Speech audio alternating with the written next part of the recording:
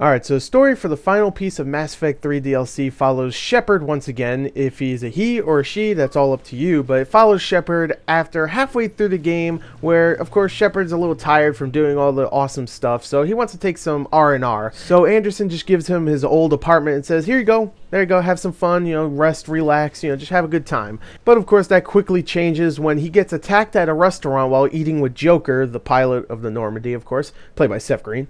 And he gets attacked, and of course he has to go and find out who attacked him, why they attacked him, and he has to get the crew together one last time and go after this mysterious organization with this mysterious person at the head of it and go and find out why and of course bring him down. So that's like maybe the first 2.5 hours of the game, and there's actually a couple of neat little twists and a lot of funny dialogue in the actual missions, but the main part of the story here is actually at the end when you actually throw a party, invite a bunch of people over, and have a lot of fun with some of the older Mass Effect characters and newer ones, and just have a good time. That's the main reason you should get this. It's one last hoorah, one last mission with these characters before, of course, Mass Effect 3 is done with DLC, so you have to go and have fun. It's been 1 year since Mass Effect 3 came out, so just have fun with these characters that you've been with since pretty much 2007. It's been 6 years. The characters are great and get more fleshed out. They're a lot of fun to be with. It's very funny at times, and there's plenty of references that I thought were really, really hilarious. So overall, I think this DLC story is great.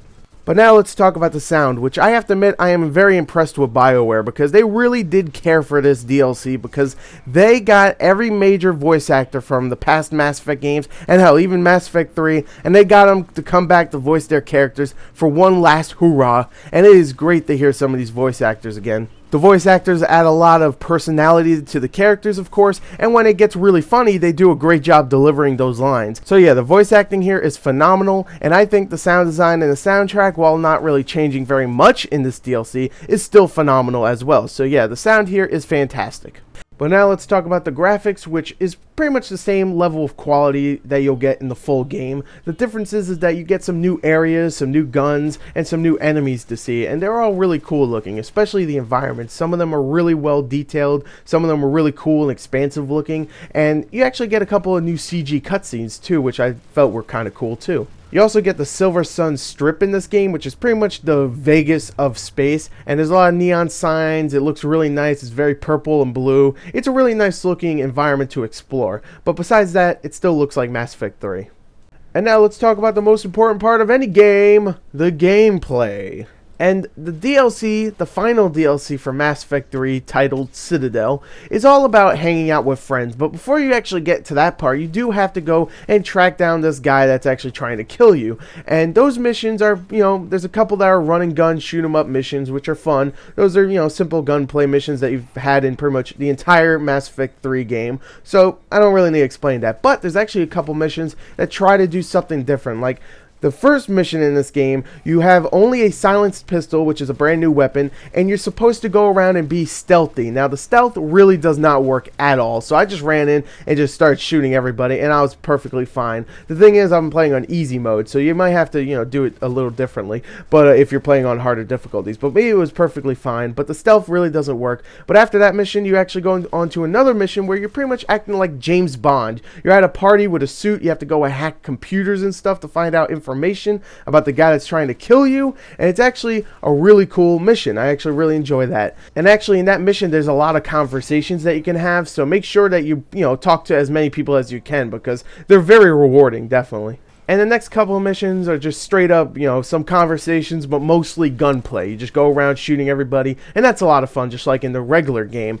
But what I really like is that they actually have a boss fight at the end of this game. And while it is a pretty easy boss fight, and I did have one really bad glitch with that boss, it's still cool to have a boss fight, and I really like that boss fight too. Now, these missions will take you about 2, maybe 2.5 hours to finish, but you're not done. It might seem like you're done, but you're not, because you have to go and actually have a party, and you can actually bring a bunch of your crew members from this game, or a bunch of crew members from Mass Effect 2 and Mass Effect 1 into your party and just have a nice mingle, and it's really awesome at the end. You can actually get a lot of insight from talking to these people during this party, and you can get some really big laughs, which of course is great for this DLC.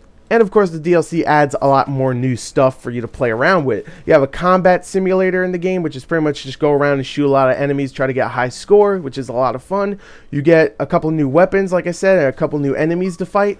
And of course, you get your apartment, which you actually go and buy stuff for your apartment and customize it, which I thought was kind of cool. But my favorite thing of this DLC, besides of course the conversations, is the Silver Sun Strip, which is a big area where you can play a bunch of mini games or have conversations with people that are just walking around. And it's actually a lot of fun just to go and roam this little area. Now, the mini games you get range from gambling type games like roulette or blackjack, and arcadey style games like defend the base or beat this robot up, you know, simple stuff.